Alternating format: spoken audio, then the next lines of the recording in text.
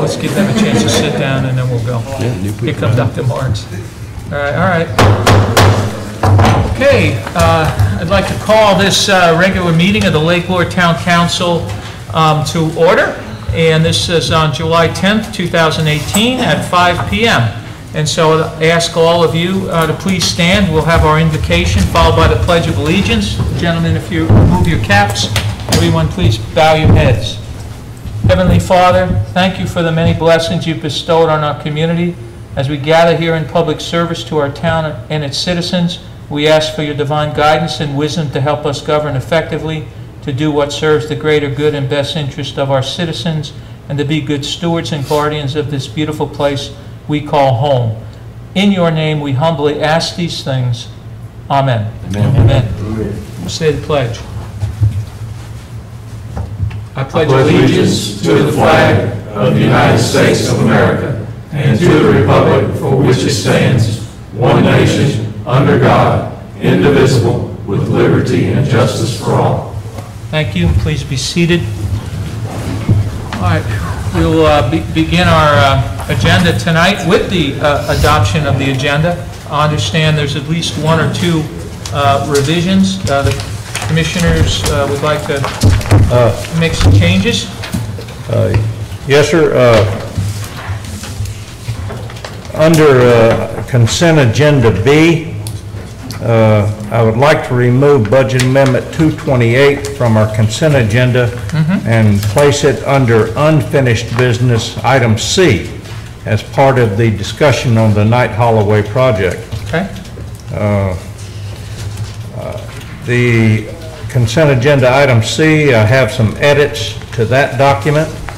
So I don't know if we want to remove it or just discuss it at the time when we discuss the consent agenda.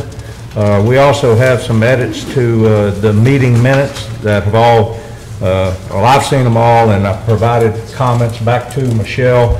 So, I mean, we can leave it under consent agenda, but I think we ought to just make that motion to approve them as corrected. As corrected. I have a couple of them too, but yeah. I think they're minor and not something necessarily that we need to bring up.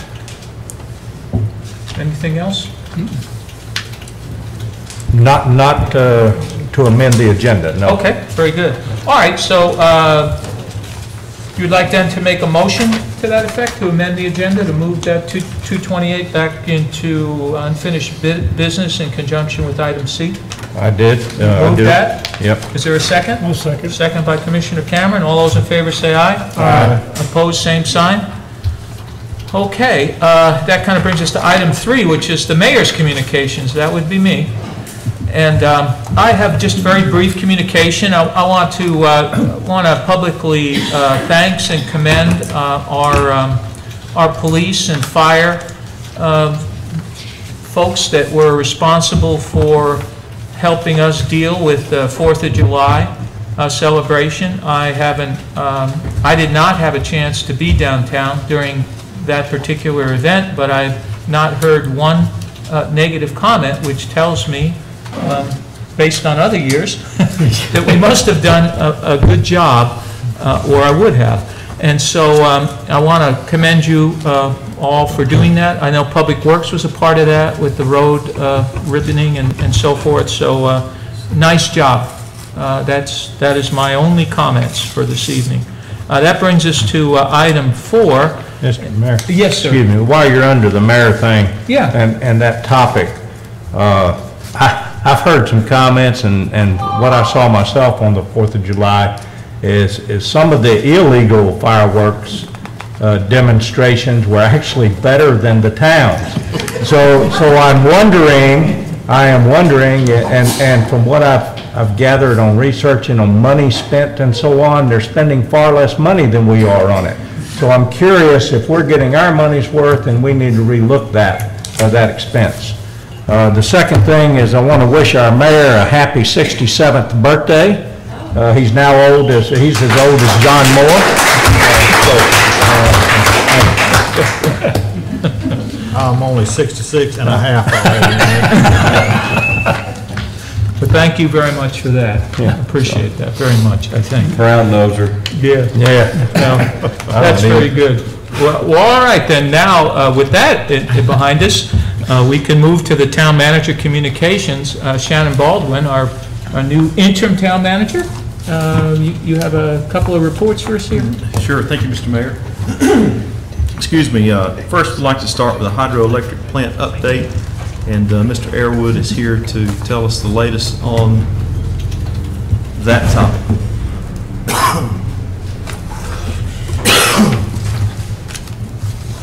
Well, we're still not done. We're moving along. We did carry the wicket gates to have the repairs made to those. Those repairs have been made. I picked them up. I brought the gates back. John has got back in the scheme of things of trying to put it back together. He's actually got several of these gates in place. He's going through them one at a time.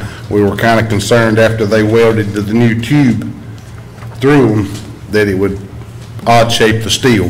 That hasn't been the case so far. They seem to be fitting good, and we just keep our fingers crossed that all of them go back in, and so it's in the process of all being fitted together now, so just keep our fingers crossed and hope it continues to do that. But it's looking good so far. Any forecast? Huh? Any forecast?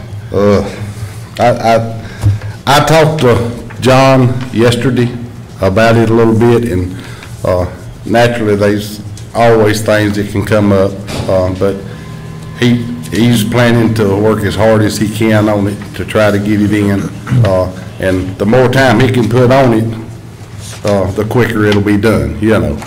We've got some vacations and stuff that's coming up that's going to throw kinks in that, because he'll have to be doing other things, but what time he can put on it, he is dead on it and doing everything he can. So, to give you a timeline, no, sir. If everything goes well, I could see 2 or 3 weeks that thing possibly being together, maybe a month. But I don't know what else may come up, you know. But so far, so good. The repair went well for what they'd done, and at a lot more reasonable price than we had originally thought. So we were tickled to death with that, and if it all continues to come together, we're over the hump, I think, you know. Once he gets those in and puts that top plate on, then it's a matter of putting the flywheel, which is a pretty good undertaking. That's a huge piece that has to be hoisted in, bolted in place. Once that's done, then the old generator unit itself has to be set over and attached to everything that was rebuilt. So the only thing that was rebuilt was from the shaft down. So the generator itself has still got some age on it. But they're looking over it and replacing simple things on it, such as a $200 or $300 oil pump and stuff like that could make the generator last longer while they're doing it. But it appears to all be going good. So. And the good news is the large generator continues to operate Yes, flawlessly. Yes, it does. It does work well, and Yeah. then Sam would report last month. We Amazing. had our record month Yes. of power generation, $106,000 Yes. worth of power. Yes. Right? That was Yeah. that's a good thing. Yeah, that's Thank great. you. Thank you. Thank you, Dave. Thank you. Spruce Hill, David? I talked with a contractor again today.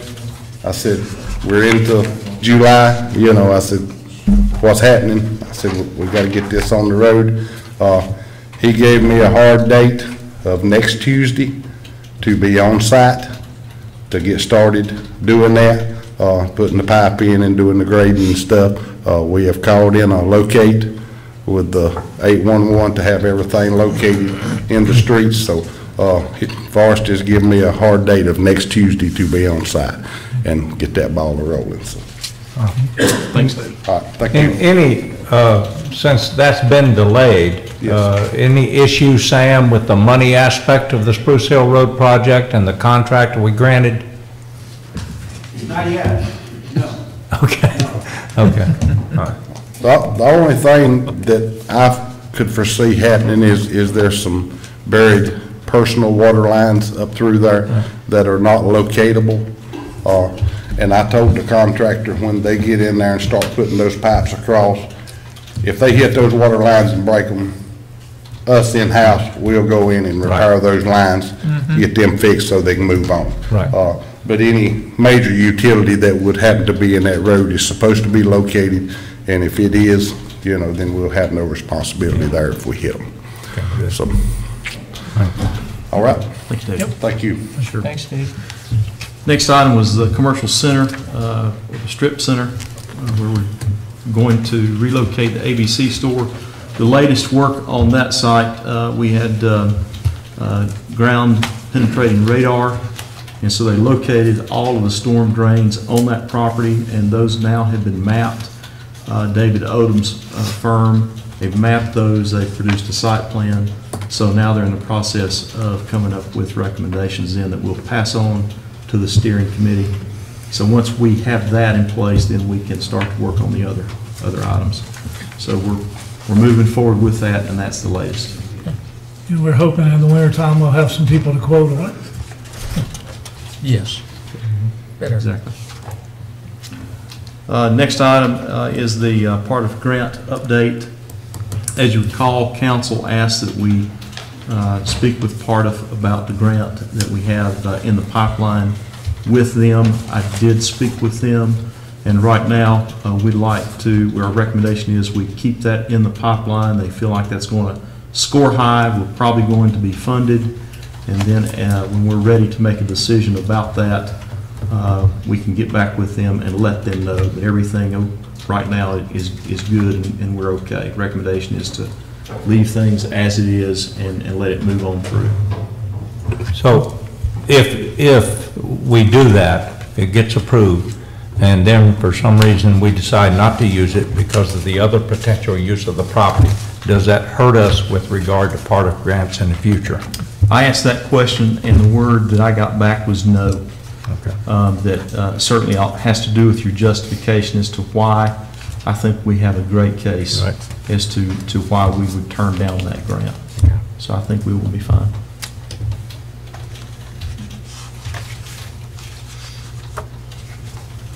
Next item was sewer. Yep. I think Mr. Mayor was going to. Yeah, I'll just, Briefly about that. it comes up under unfinished business later in the agenda, and we have Jeffrey Brown here from Brown Engineering, who will, I assume, give us some update on that project and the proposed contract that we're going to have with his firm to move forward on a couple of the elements of the project.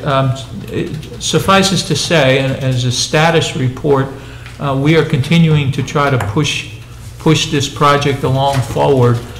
We now have a timetable, I believe, that's been agreed upon by the state and by us that has some hard and fast deadlines that we need to be meeting. The first coming up as soon as, I think it's September 1st, Jeffrey, isn't it? September.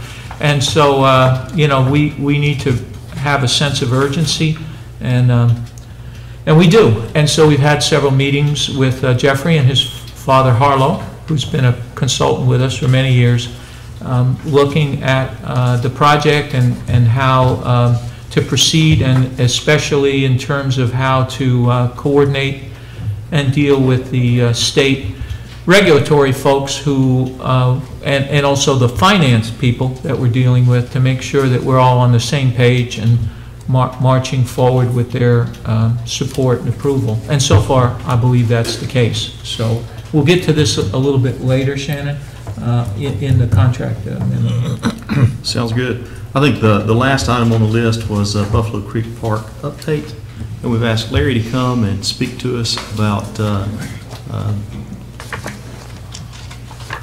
how the trail was repaired after the storm. Thanks, Shannon, appreciate it. Commissioners, Mayor, good to see you again. Thank you for having me here tonight. I just wanted to give a little bit of context around Buffalo Creek Park, so that when I use some of the terms and the names, y'all kind of can try to understand what I'm trying to say.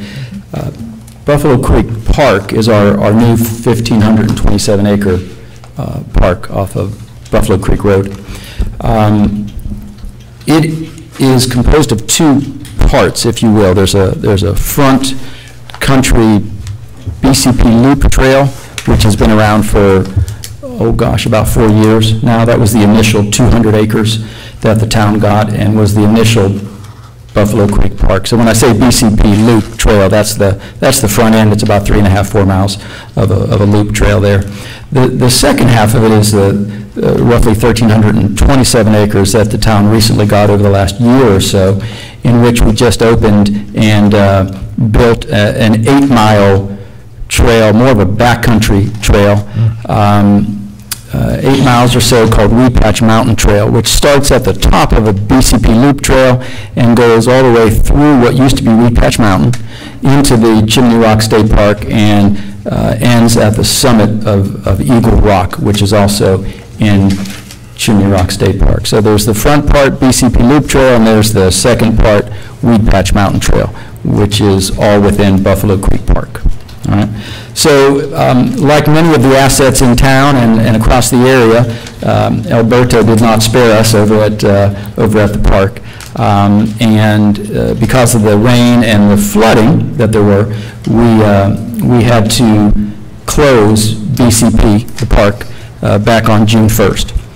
The reason was there were some erosion issues that happened on the BCP Loop Trail, which were troubling for the trail, and we didn't want users on it, and there was a potential risk for the users as well. So we thought it best to close the trail, which we did on June 1st. During that time that it was closed, we got some resources and assessed the situation, and I developed a plan for the mitigation of the most serious erosion, which was between markers 62 and 63 on the BCP Loop Trail. At that point, we put some barricades up, we put some signage up. We felt that we could reopen the trail on or about June 22nd. We put the signage up to let people know that, hey, this is a dangerous area. Be careful, dismount your bike and walk by it, and so on and so forth. And on June 22nd, we decided that it was safe to reopen the trail, assuming and as long as we had the plan in place to implement the mitigation solution at that bad area, 62, 63. During the week of June 25, the town staff was asked to mobilize some resources and some materials to help with the fix. And that happened during the week of June 25. And I want to recognize, she couldn't be here tonight, but Melody Potter on our staff here for the town did an exceptional job. Her and her team, Andy and Alex, were not only responsive to me, and that's a challenge in and of itself, right? They were not only responsive to me, but responsive to town management and Shannon, and the needs that we had to get the materials and get the equipment that were needed out to Buffalo Creek Park so that we could use that equipment and those materials to implement the fix. Others on town staff that I'd like to recognize, Valerie Hoffman, who is here. Valerie did an excellent job with the coordination of the communications on the website and to other outlets to let everybody know that, hey, the park is closed. We didn't want people taking long drives out here and getting disappointed when they got out to the park, basically. So Valerie did a great job. Chief Waycaster was very generous with his time, and he loaned us his gator that he had, or the gator that's over at the fire department anyway, and his time to help the guys understand how to drive that thing up and down the mountain. And we were able to utilize that for a day or two to implement the fix as well. Shannon and Sam were very responsive, and thank you guys, mobilizing resources, mobilizing funds to make this happen as well. And so after we got all the materials and the equipment out to the park, we had to get it up to the site, which is another mile and a half up the mountain across the trails, and then we had to get the fix in place. There's a young man who has actually been on assignment to the town for a year now. He's in the audience. Trevor, would you raise your hand, please? Trevor Freeman. Trevor comes to us through the AmeriCorps program, and we actually fund half of his time along with the Weatherford Outdoor Coalition. And Trevor has been the feet on the ground as it comes to the maintenance and the management of Buffalo Creek Park and coordinating the volunteers. I'm not exactly sure what the amount is that we contribute to half of his time, Stephen, but we get more than that in return with the services that he provides. We were able to arrange for Trevor and 7 other AmeriCorps members to come on site at Buffalo Creek Park the week of July 4th to implement the fix. They spent well over a day there putting down gravel and ABC dust around a switchback that had a lot of erosion as a result of the rain from Alberto. That was the main site that caused us to close Buffalo Creek Park. So it was closed on the 1st. We reopened it on the 22nd of June.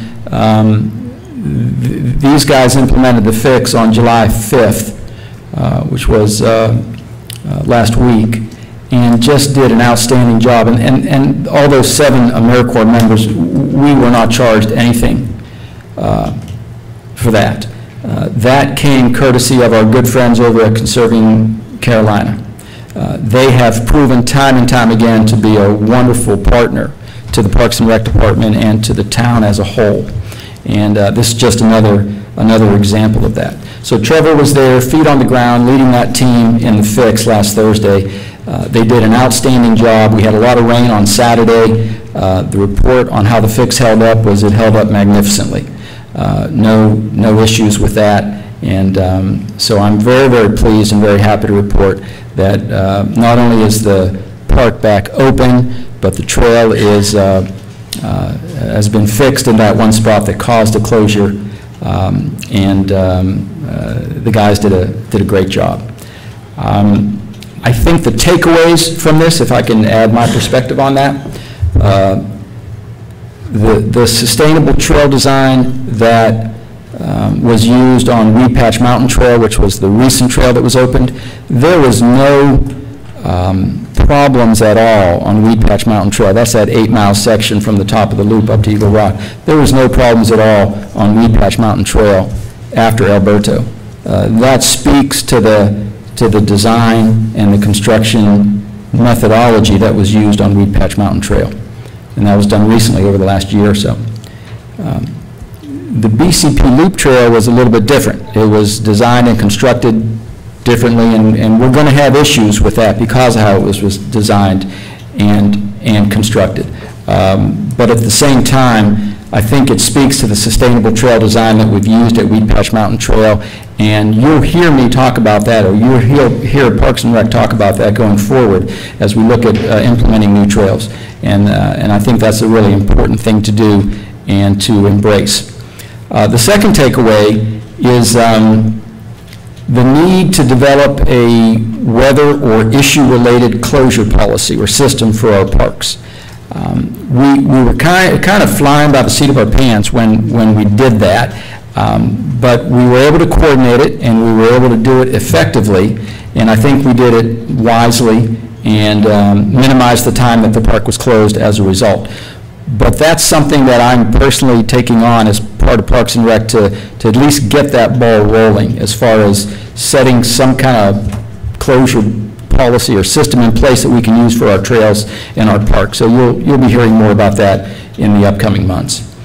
The third takeaway from my perspective in this whole situation is that while we have a great team of volunteers and partners and full and part-time employees in the town that really prove that they can step up and make something happen when it needs to happen, it's not really the optimal way for it to happen in our town. Our Parks and Rec Department assets are growing. They're becoming of high importance to the town, both from a recreational perspective, but not only that, but also drawing people here to the town and thus positively impacting the economic output of the town as well.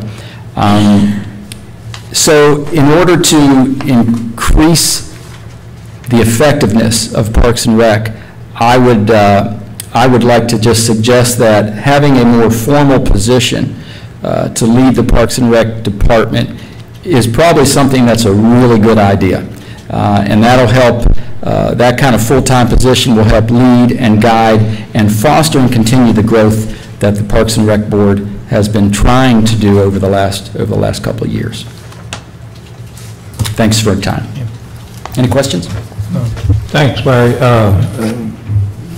You always do a great job on Parks and Rec, and you're the point of contact for the Buffalo Creek Park I am, on yes. the board. Yes. And I appreciate all you do. And Trevor, all you guys did out there was amazing. I mean, it really was, and I appreciate it. Brief announcement: Trevor's duty with us ends the end of July. Correct. And a new AmeriCorps volunteer will be coming on board. That's right. We will have something on our August council agenda to recognize Trevor's service.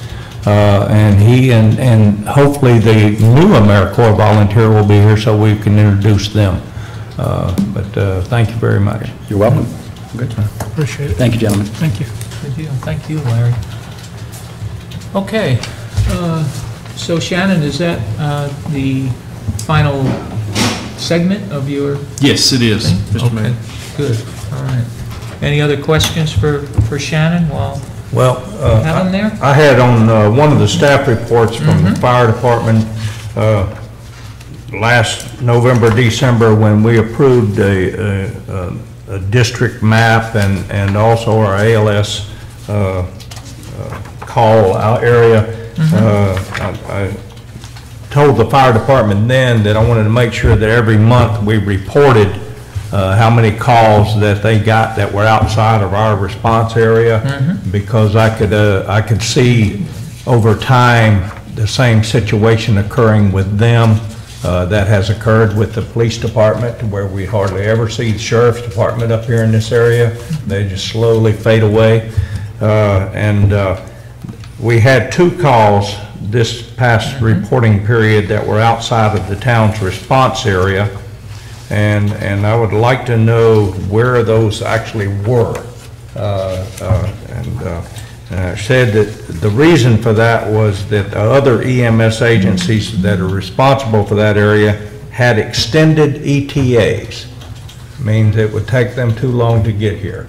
Well, that's exactly why they want to call on ours. We're closer to that. And of course, life-saving, it's never a question, but still we need to track it to make sure that if we end up getting taken advantage of over time with that process, that we need to make sure we address it. So, Okay. We'll follow up. thanks. I also had something, Shannon, while you're still up here. Just wanted to kind of mention this in the public and to the commissioners. You and I have already had a brief discussion about this, but on your report, the number 1 item you're reporting on is the senior citizens care facility, and that, that was a very high priority project for both the Chamber of Commerce and the town quite some time ago, and it sort of fell off the rails there, and I guess everyone at this point is probably aware it was over the water supply issues, and I guess before Ron departed, we had some movement there from the town in terms of filing a gold leaf application to possibly get a grant to put a well and begin water service on the east side of the lake, which I thought was would be a wonderful idea. And so I have spoken to Shannon about getting that thing back on track and setting up a meeting with, first I guess, to discuss the situation with the grant application, and then to actually meet with the Meridian Senior Care and find out just exactly where we all are on that, and when would be a new target date to get that facility built and operational. So I just want to bring that to everyone's attention. I think it should be an item that we follow up on in the future here at these commission meetings here. Did your birthday today have any influence on your business? I am often, it's not only my birthday, I'm often reminded of the need for that on a regular basis. Coming soon for all of us. Exactly. Yeah, I've got a reservation. I think Tommy Hartzog's got his adjoining. On the list? Yeah, on the list. We're on the waiting list. All right, so very good. Anything else? If there's not, then let's go ahead and move on into the council liaison reports and comments. And we generally ask for someone to volunteer to go first. I'll go ahead and get started with the utilities board if you like. Okay, thanks. It met last week and has been discussed with the Brown Engineering contract. We have a form that originally we were going to take and just do a change order to that contract and go forward. Utility board in the meeting with the mayor and Wayne and Shannon have also met with Brown Engineering, and I believe at this point we're looking at a new contract with more specific points, trying to look at a cleaner project cost versus scope of work. So that's been reviewed. I think the balance or call of that will be again a new clean list of the project task and then the cost associated with those tasks. Utility board has set a recommendation to council tonight to just approve item 1 and item 2 on their compensation schedule. And that would be for the first 2 items, which will be the project development planning meetings. The other is the environmental, wetlands, environmental permitting. So those 2 costs that are shown here will be an amount of $83,816. So that's been sent to council tonight, and then also we'll get an update from Brown Engineering from Jeffrey Brown for the audience. Good, thank you. That's it. I'll be happy to report on the Lake Advisory Board meeting. We met last week. Some items that we had discussed, I'll just mention for the public, so the public's aware that we're trying to stay on top of things. Gary Housenfuss gave report. It's not finalized. It should be by next month. We did a fish study. They actually come in and once every 5 years and ask and do figure out where we are on our fish and the growth and things like that. They do a shock thing where they have fish that they actually tag and measure and do all those things, and it really is remarkable the improvement that we're getting there. A lot of that's to do with the Christmas tree program that's being put into the lake every year. A lot of that's having to do with the shad, the bait fish that are being put into the lake each year. My brother-in-law, who was here this weekend, caught about a 4.5, 5-pound bass off the end of my dock, and he really appreciated it. And I appreciated it too, because he caught it when he first got here, and he didn't leave the end of the dock for 2 days, so it kept him busy. Of course, that meant I was with my sister more, but that's beside the point. But that is doing great, really. Our fishing program is. We also, through the recommendation of Dean Givens, our lake director, the town has voted and we have purchased a river boom. So if you've not heard what that is about that, we're actually purchasing a device that will be placed in the river. It's 251 feet long, and it will be anchored on one side, on this side of the river. And when we have danger of a storm, such as Alberto or whatever coming, that will be able to be put into place in about 10 minutes, swung across the river, fastened on the other side, hopefully to catch all the debris in the river before it gets into the lake. And that's something that we as council felt was really important. I think what was the final cost? $30,000, and it lets the water go through, but of course it won't get the small stuff, but for those that participated in the cleanup, we'll be real happy that that's in place. So that's been ordered. So that's progress.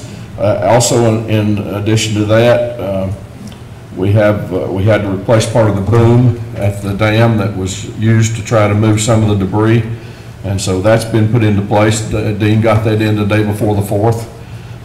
From safety reasons, that's great, and we have tasked David and Dean David Airwood and Dean to come up with a plan to use some of the old boom to be able to utilize the trash gate more for all that little stuff that gets through and the smaller things to get on down the river and out from in front of your house and under your dock. So that's going, that's part of the programs that the LAB is working on and getting things done.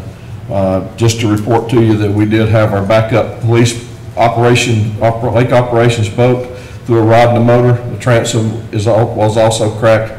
That boat's gonna not usable. So we did have to order a new police boat. The current police boat will become the backup police boat, and Dean did some good research on that. We managed to get a tri-toon, more of a pontoon type boat that will be the police boat. It's large enough to be able to use for rescue if we have a situation on the lake where someone's distressed or a boat's turned over or a boat catches on fire, be able to get people onto that boat, and also it's going to be a big plus for lake operations and for the police force for that. Another thing that we discussed tonight, and we also discussed in Lake Advisory, is non-motorized boating safety. I feel that's one of our greatest dangers for disaster is somebody on the stand-up paddleboard that doesn't read the rules and crossed in the middle of the lake. You know, non-motorized boats are to stay within 75 feet of shoreline unless they're crossing, and when they're crossing, they're to be on a 90-degree angle straight to the other side and not through the middle of the lake. So that's something that Dean and has been tasked to get with the LAB to try to come up with some ideas on that, for that. It's all about safety, and it's scary sometimes out there with folks on paddleboards and kayaks.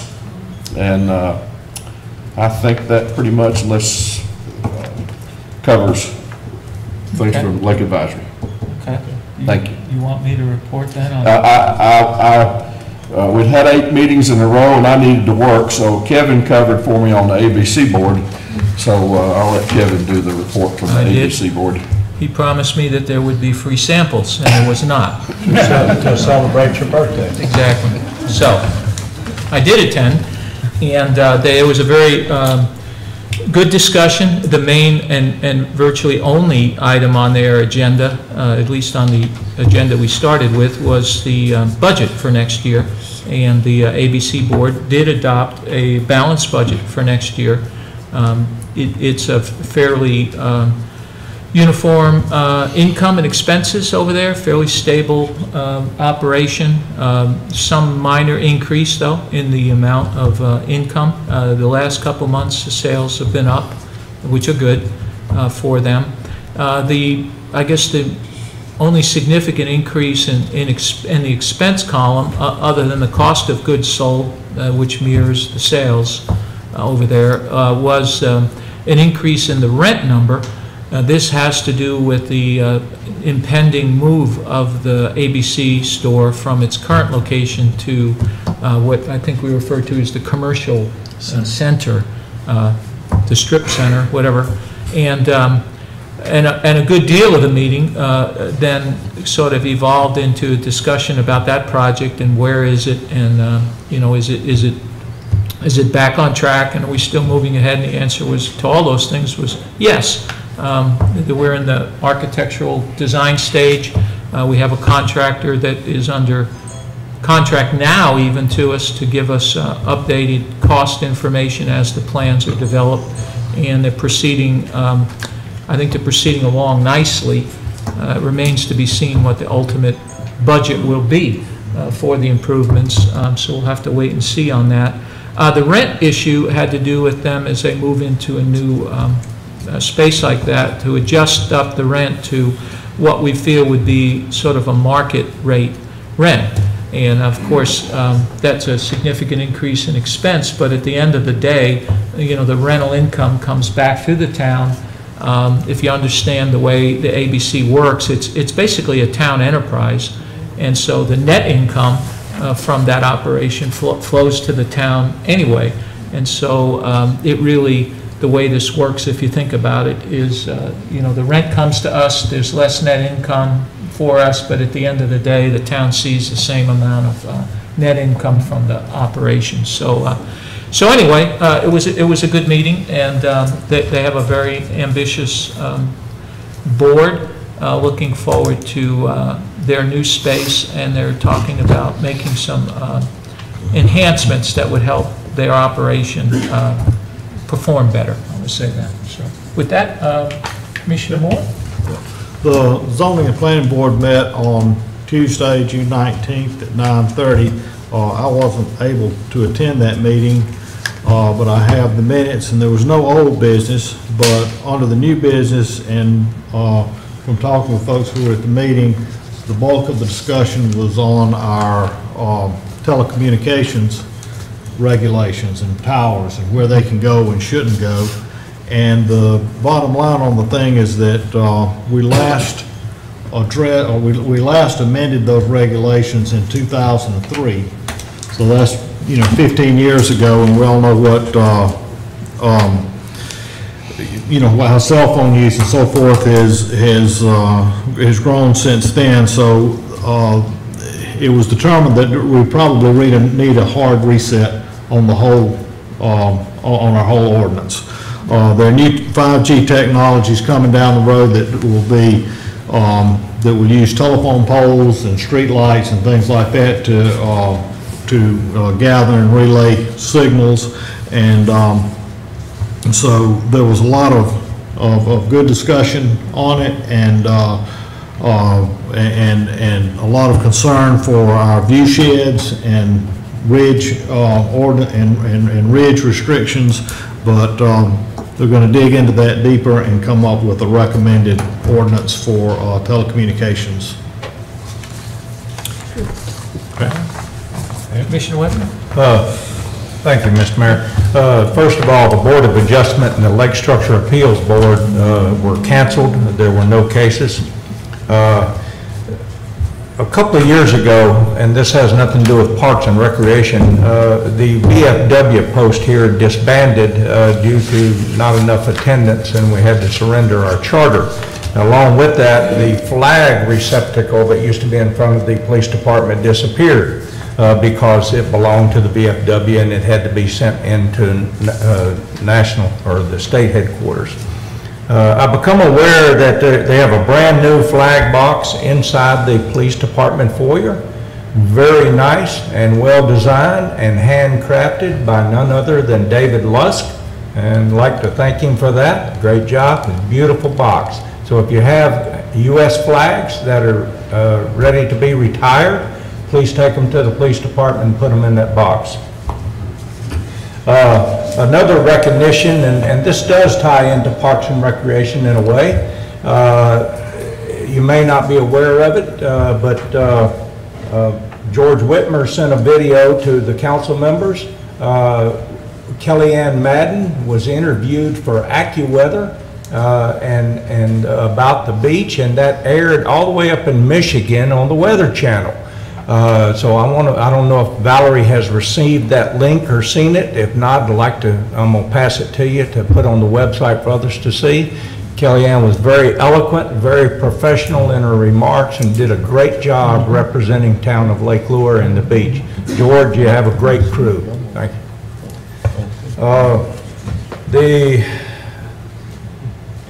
Already mentioned about the AmeriCorps and Trevor Leben. We're going to be installing trail counters at the Dittmer Watts Park in order to start gathering counts on the number of people that use that park.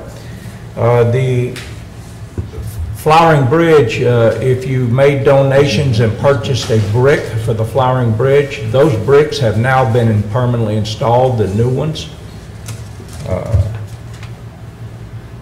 The Flowering Bridge is also working on a new brochure for the bridge, thanks to the mapping work done by Clint Calhoun and Brad Burton. They are also training volunteers to act as guides during the World Equestrian Games. So So if you're interested in being one of those guides, please contact the Flowering Bridge folks. We had a little problem at the golf course during one of those storms. A lightning strike took out 11 golf carts, some chargers, a computer and credit card machine, and everything has been fixed except as of this meeting, the computer, which is going to be repaired. The golf cart course also finished the paving projects on the cart path based on last year's budget. They have more money this year for further cart path repairs.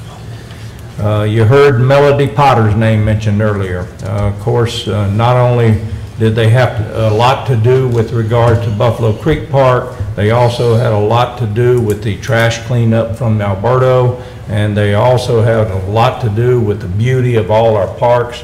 They're several weeks behind as a result of Alberto. They are also helping with putting up the hanging baskets as part of the Power of the Flower project. If you see Melody or Andy or Alex, be sure to thank them for the beautiful parks we have. I've had a couple of reports and comments made to me by some citizens regarding the traffic flow in the marina area. As you know, if you come in the far end of the marina and turn right in front of the ATM, you have a sign that's one way to the left, and you go around that island and back in to drop a boat. But we also have another part where you can cut through and people turning and coming back out that one way the wrong direction.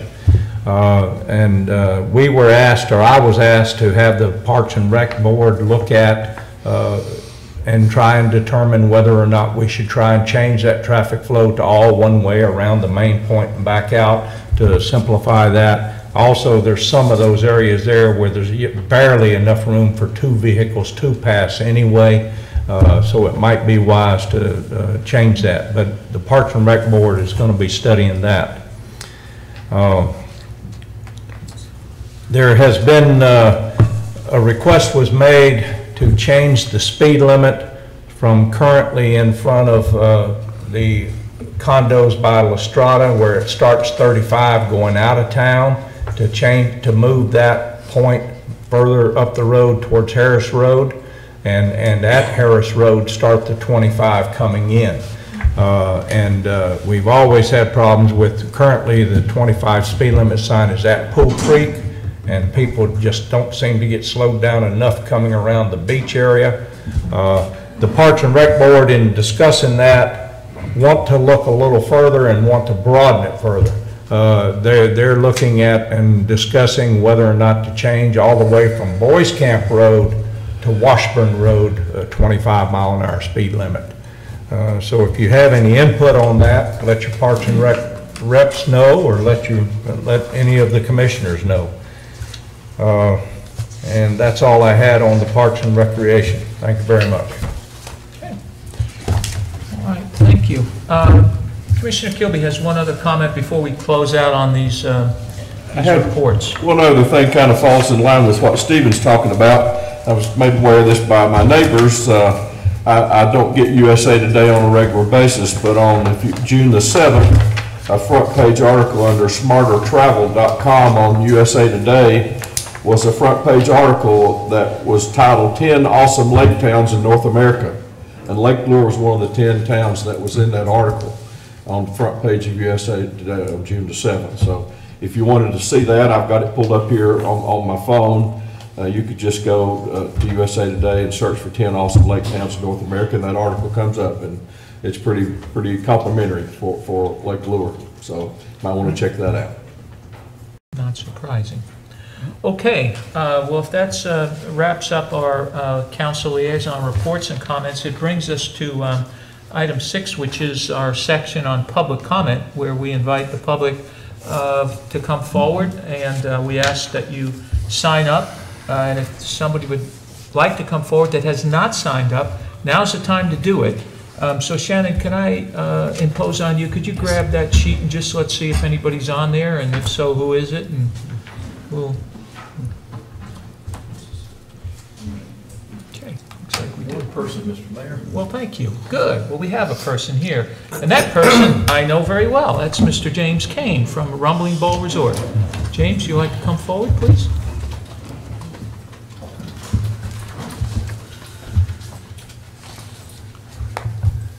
Good evening.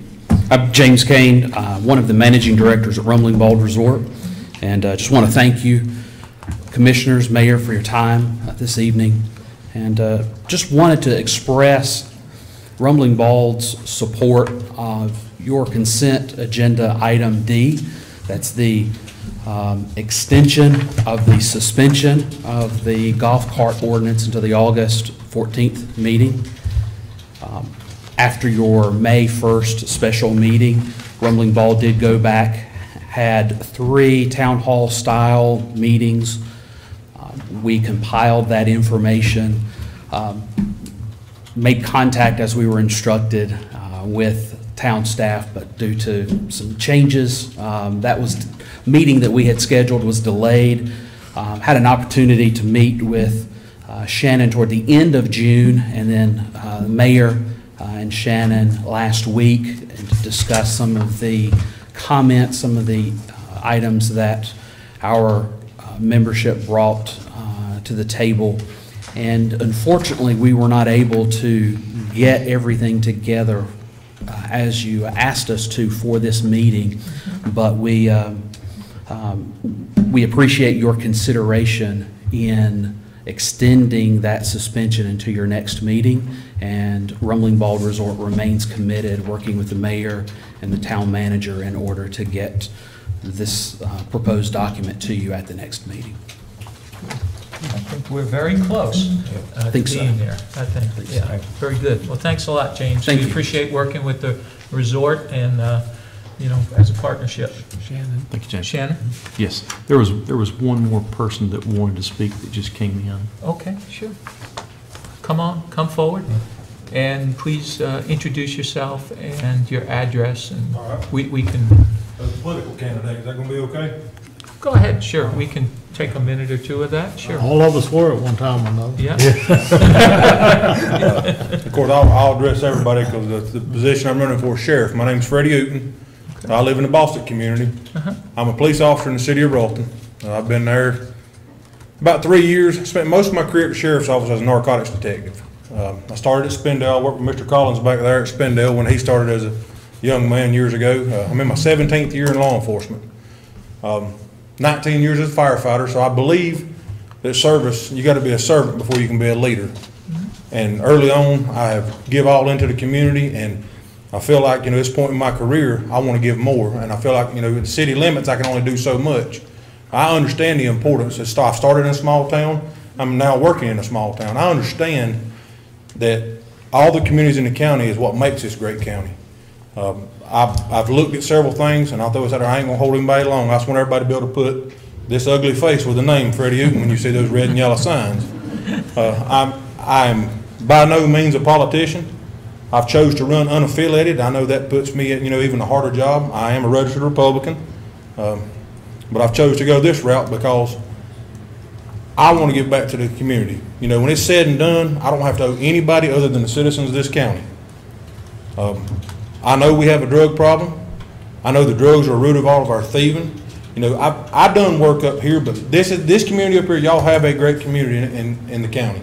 I've done very little work up here because we never got the complaints, because there was not that drug traffic. And when I would come around, I'd work closely with y'all's police chief when he was a detective. I was a guy that, if you seen me a couple years ago, Mr. Airwood remembers me, long goatee. I mean, I fit the part. But I understood the importance of cleaning up this town. I was born here. One day I'm going to be planted here. You know, I want to make it as good as I can for my kids, your kids, and all the future in this county. But right now, you know, with the opioid problem, Rutherford County is ashamed to say that we're leading Western North Carolina with overdose deaths. You know, you want to be first in some things, and that's not one of them, guys. You know, years ago we was first in meth labs. I took an initiative then. And I can proudly say that I learned how to send people to federal prison by working meth lab cases. And we sent off 39 cooks over a period of 3 years, and since then we've had very few meth labs. I'm going to take that same initiative and move forward with this opioid problem, because we're losing too many good citizens, you know, to the drugs. And I've looked at a couple other things, I'll tell you this and I'll get going, I promise. I've looked at the manpower we have. You know, this county's 567 square miles. We have 6 men per shift tonight when we're all sitting here protecting everybody in rural areas outside the cities. Cleveland County has 12 men per shift. Polk County has 3. I'm also a deputy in Polk County. I've been a special deputy over there from Sheriff Hill for 9 years. I've looked day one, I can put 1 more man on. I understand finances, y'all well aware of that. I can look at what we have. I can put 1 more man per shift, giving us 7 per shift, and I can put 2 more narcs on to help with this opioid problem day one without costing the taxpayers a dime, just by moving around and restructuring. I appreciate your time, guys. I wanted to come here tonight. I'd called earlier, and one of the nice ladies, told me I could come up and do this. Sorry I was a little late. I come all the way from across the county. I'm still working 2.5 to 3 jobs. So I'm wide open, and y'all are pretty much looking at my committee because I've been unaffiliated. It's me and my wife and my son and my treasurer pretty much is it. But it's not, it's not like I'm just an average person running for sheriff. I am a police officer. Tomorrow night, I'll be on 3rd shift in Ralston if any of y'all want to come down and see me. Thank y'all so much. Thank you very much. Very good. Appreciate that. All right. Okay, well, that then brings us to item number 7, which is the consent agenda.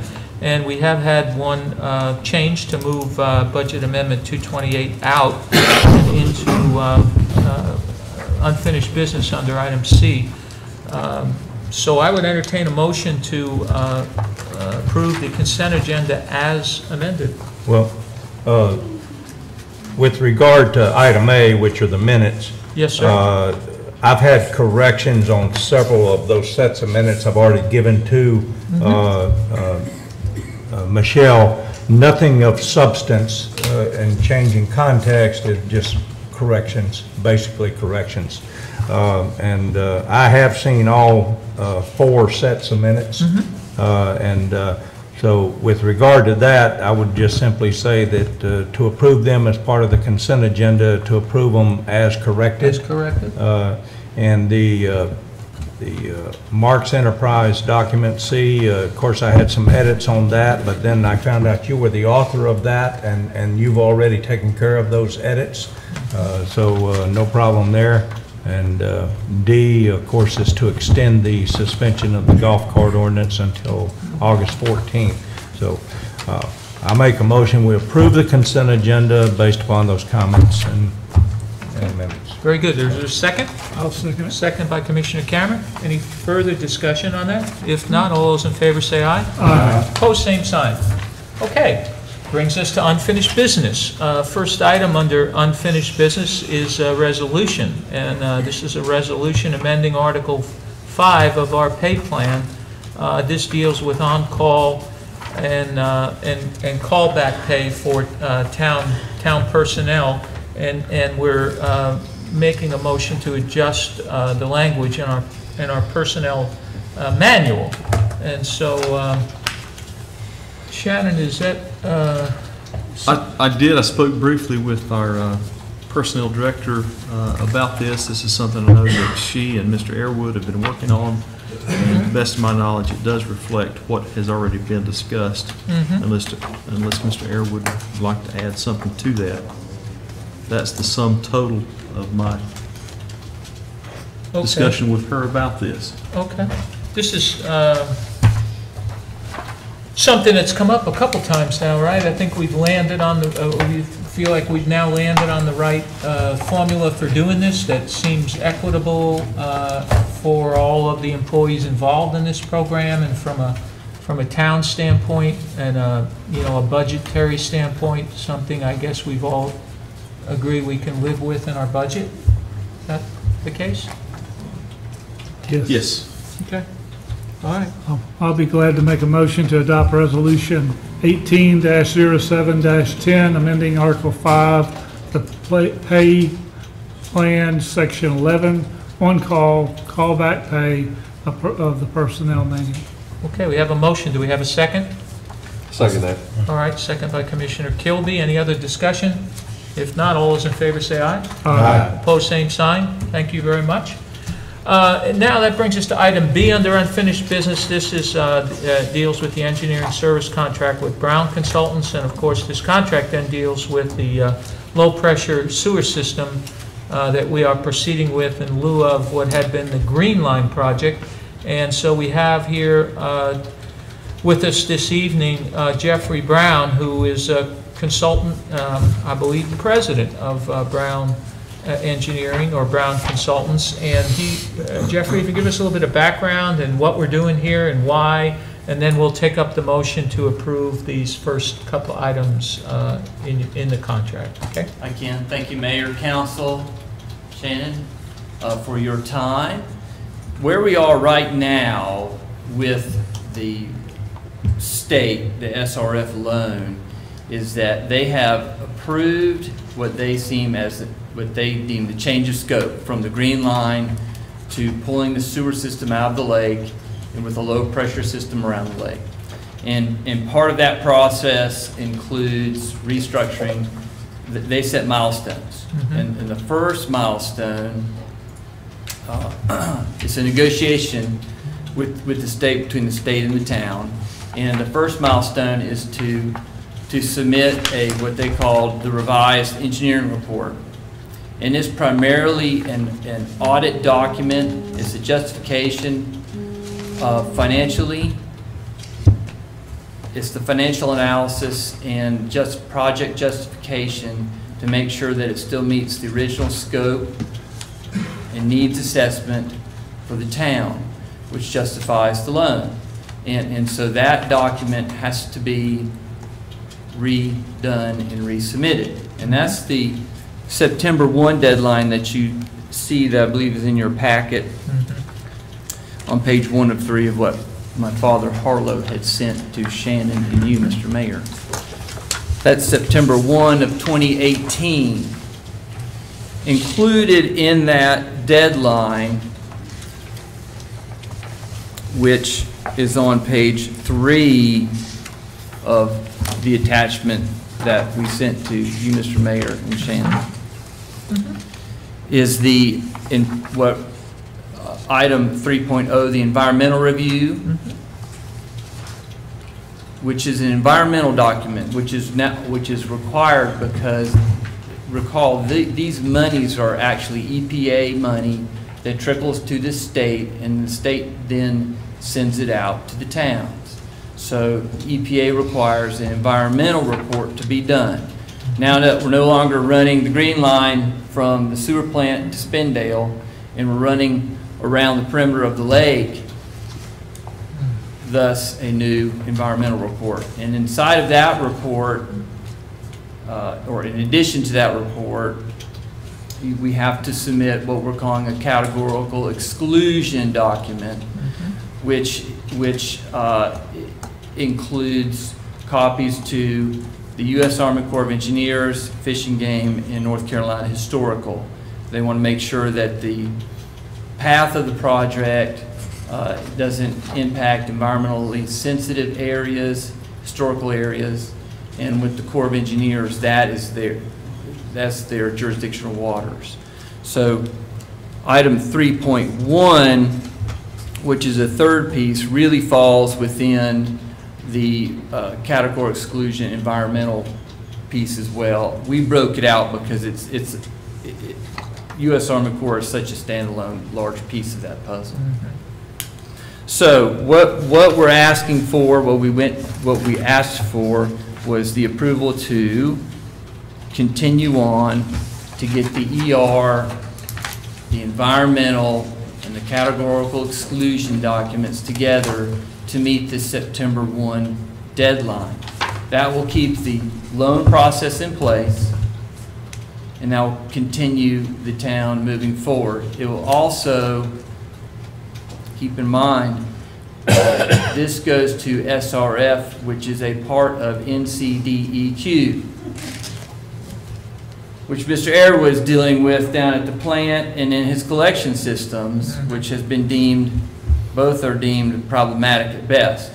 So they being the Asheville Regional Office, are included on the alert that these documents are meeting the timelines, so that we can help Mr. Airwood in his system, as they're currently permitted, to keep him out of any hot water.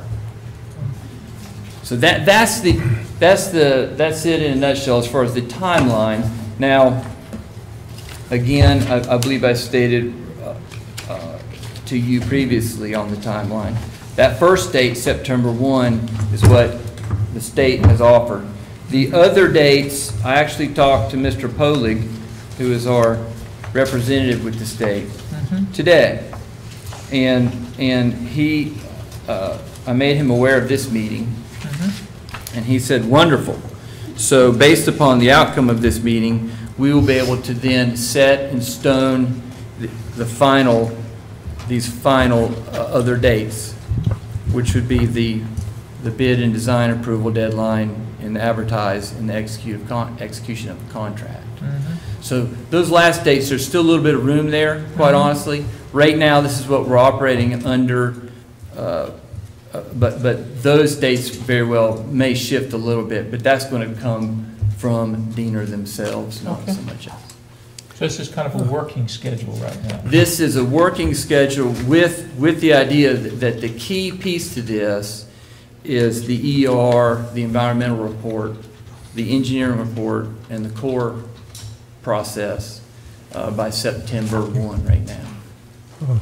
So lest anybody think that this project is something that's going to happen overnight, there's quite a bit of engineering to be done. And so right now, given this a working schedule, we look at the execution of a construction contract somewhere out in the spring of 2020. Right? That's correct, yes, sir. So, I mean, for the public's consumption, and at this point, the schedule that we're working on with the DEQ does not include any proposed schedule for the completion of construction or the startup or cutover or whatever we're going to be calling it to the new system, the low pressure system. But I would anticipate, and I wonder if you would too, that at some point there'll be deadlines for those things, right? The deadlines will come from the state for the construction piece. Once they will come through when they approve the ER and the bid and design documents get approved. You get a final loan offer, and inside of that final loan offer document, which you say, okay, we've got all these documents approved. Now we're going to sign this final dotted line to commit to put it out to bid. Part of that piece of that puzzle is the state will put in there a construction timeline. And the reason why it comes at that point is they will then understand the scope of the project, and they will look at it and say, this isn't a 12-month project. This is an 18-month project, multiple facets going on, so this is what will set that construction deadline to be, with milestones probably in it because of the treatment plant component. But as of right now, there has been no conversation with the state on construction schedule. Right, and there unlikely will be for quite some time. That's correct, yes, sir. All right, just to kind of put you on the spot a little bit, I will tell you the scope of work for the engineering services that you had submitted, it was perfectly acceptable, at least to myself and a couple of others that have reviewed it, except for one item, and it really, I think, is pretty minor. In the project description, the second paragraph talks about the project including 160,000 linear feet of low-pressure force main around the lake to the town of Lake Lure wastewater treatment plant, which is fine. Then it goes in to talk about individual pump stations will be installed, and it says at each existing residence with 2 community pump stations at the Chimney Rock and Rumbling Ball connections.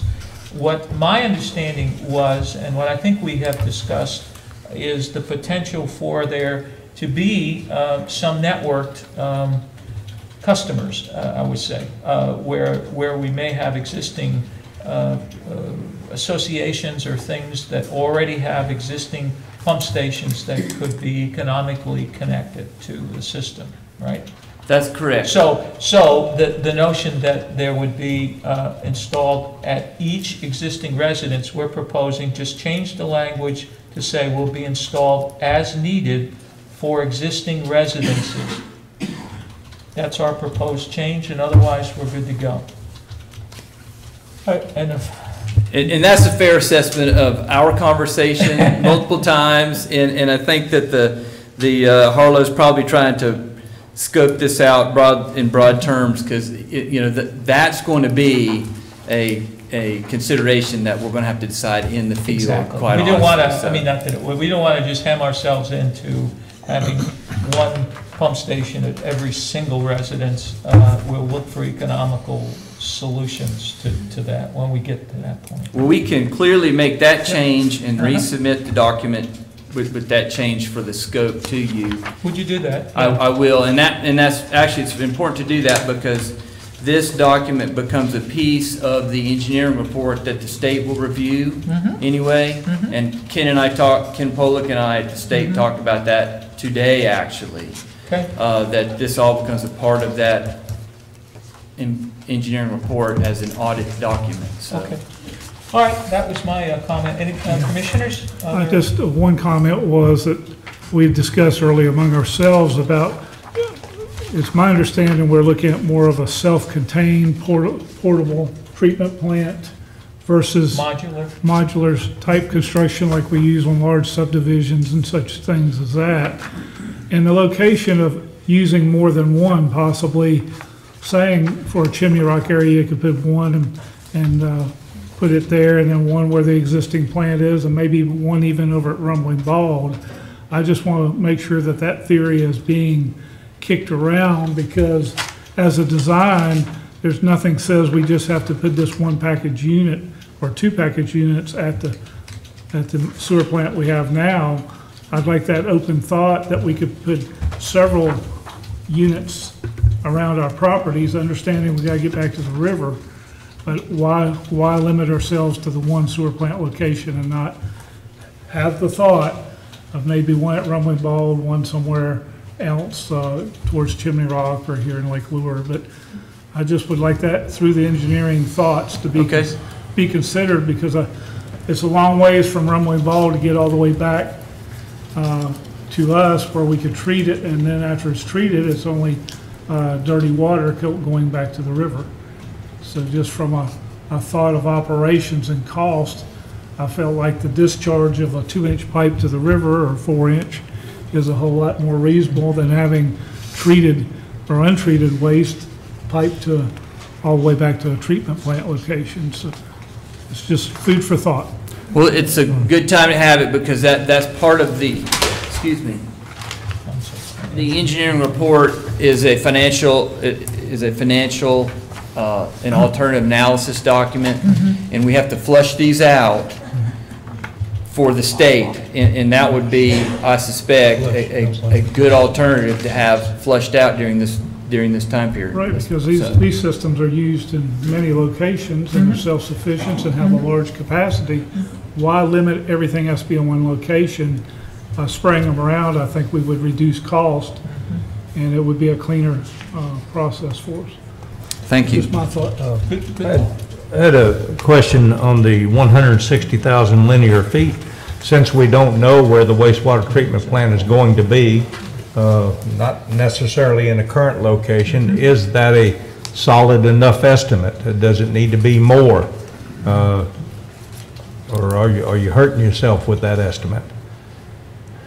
That estimate is the linear feet of estimated based off the GIS maps that we share with the town, based off of a sewer main acting as a collection main with spur lines running primarily in your dense areas along, I want to say, inside the shoreline.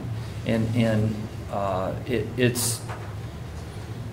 we put a safety factor in there, but again, until I can get my feet at a 2-foot level instead of a 100-foot thousand level of study, That number is about as close as I believe we could get to at this point. Do you have a safety factor in that number so far? I do, yes, I do. I do, yes, sir. Okay. Percent, approximately? Well, when I do mine, I break them down per line length because GIS has a, if you measure 2,000 or you measure 1,800 feet using a GIS tool, I round everything up. I put everything, I keep rounding up, so every item may have 5%, some may have a little more as I go around the lake. Have we considered, are we going to encounter and having to deal with rights-of-way or easements across people's property? That's a good question. I don't know if we've talked about it, but I haven't gotten deep enough into design to address that other than through the budgeting process. We have an allocation, an allowance to talk about right-of-ways. But the idea will be to keep this system inside of state or city roads rights-of-ways, the collection system. Okay. That could be difficult. Thanks. Not easy. It's difficult. It's a hard question. Yeah. I mean, but we're in a Could be position. some areas where we have to cut across There could be. property to get from a Yeah. cul-de-sac to another street. Yeah. And we don't Yeah. know, we'll have to. Yeah, we have some very undefined rights-of-way in certain areas in this town, On so. private roads. Yeah. Okay, that's good questions. Any other questions? A good, okay, well, Jeffrey, thank you very much, and if you would get back to us with the contract, I will. we'll now entertain a motion to approve it as amended, and then if you would send us that amended, that would be good. I'll be glad to Thank you. make that motion for the engineering service contract with Brown Consultants to allow Brown to proceed with the low-pressure sewer system under the current contract for line items 1, planning and project management, and 2, environmental reports and permitting, as shown on the compensation schedule, totaling $83,816. Okay, As amended. as amended. Yeah, okay, we have a motion, do we have a second? Second. Second by Commissioner Weber. All right, all those in favor say aye. Aye. Opposed, same sign. All right, I have a request to take a very brief recess, so I will go ahead and call 5 minutes, a 5-minute recess here, and we'll be back at 6:20. Thank you.